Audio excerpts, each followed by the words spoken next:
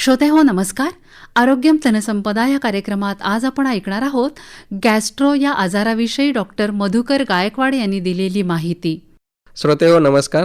पावसाळा म्हणल्यानंतर आपल्याकडे पाहतो की बरेच आजार हे आपल्याकडे वाढत असतात. त्याच्यापैकीच आपण जर बघितलं तर गॅस्ट्रो, जे की पचनसंस्थेचे रिलेटेड आजार हे पावसाळ्यामध्ये सुद्धा खूप वाढत असतात किंवा त्याचे कंप्लेंट्स की जे रुग्णांना खूप त्रास होत असतो, जसे की GI सिस्टमचे रिलेटेड म्हणते पोटामध्ये वगैरे दुखणे किंवा उलटी वगैरे होणे, मळमळ वगैरे होणे, असे आजारसुद्धा आहेत. किंवा ॲक्यूट गॅस्ट्रोएंटरायटिस हे सुद्धा आहे की बऱ्याच रुग्णांना जुलाब वगैरे होणे, टायफॉईड वगैरे होणे, कॉलरा चे प्रकार आहेत.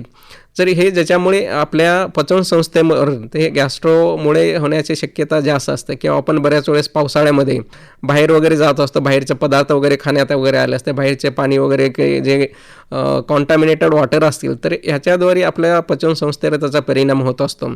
त्यामुळे रुग्णामध्ये पाहतो की आपण ज्यावेळेस गॅस्ट्रोएंटायटिस किंवा GI सिस्टमचे अदर काही आजार आहेत, त्याच्यामुळे आपल्या शरीरामध्ये जे जुलाब किंवा लूज मोशन किंवा आपण त्यालाच वॉमिटिंग वगैरे म्हणतो किंवा ॲक्यूट गॅस्ट्रोएंटायटिस किंवा बरेच जास्त दिवस जर चाललं तर आपण त्याला क्रोनिक गॅस्ट्रोएंटायटिससुद्धा असं म्हणतो.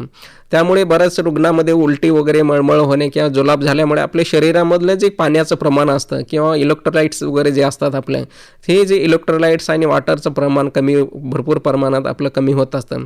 त्यामुळे अशा रुग्णांना डिहायड्रेशन होण्याची शक्यता जास्त असते. त्याच्यात आपण बऱ्याच प्रकारचे डिहायड्रेशन असतात की माइल्ड, मॉडरेट किंवा सिव्हिअर. आता बऱ्याच ठिकाणी त्याचे डेफिनेशन वगैरे चेंज झालेले आहेत.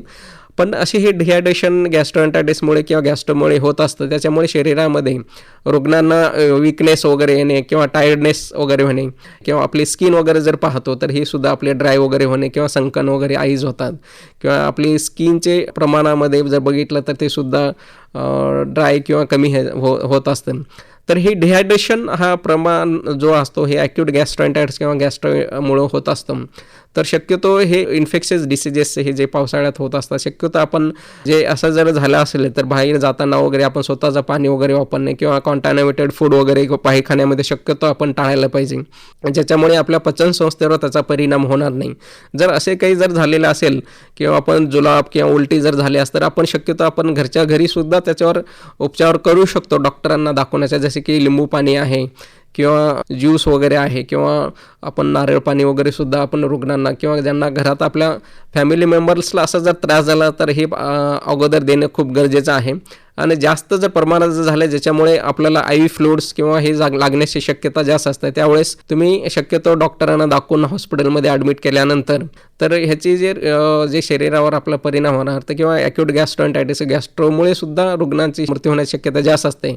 त्यामुळे आपण योग्य वेळी डॉक्टरांना दाखवून योग्य सल्ला जर घेतला तर नक्कीच हे मृत्यू होण्यापासून आपण रोखू शकतो.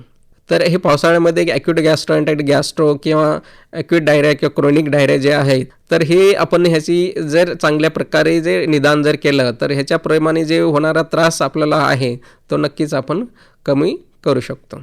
श्रोते हो, उद्याच्या भागामध्ये आपण लेप्टोस्पायरोसिसची माहिती जाणून घेऊया. श्रोतेहो, आत्ताच आपण गॅस्ट्रो या आजाराविषयी डॉक्टर मधुकर गायकवाड यांनी दिलेली माहिती ऐकलीत.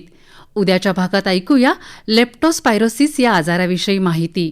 या कार्यक्रमासाठी निर्मिती सहाय्य केलं होतं सुचेता गरुडे यांनी आणि या कार्यक्रमाचे सादरकर्ते डॉक्टर प्रफुल्ल तांबे.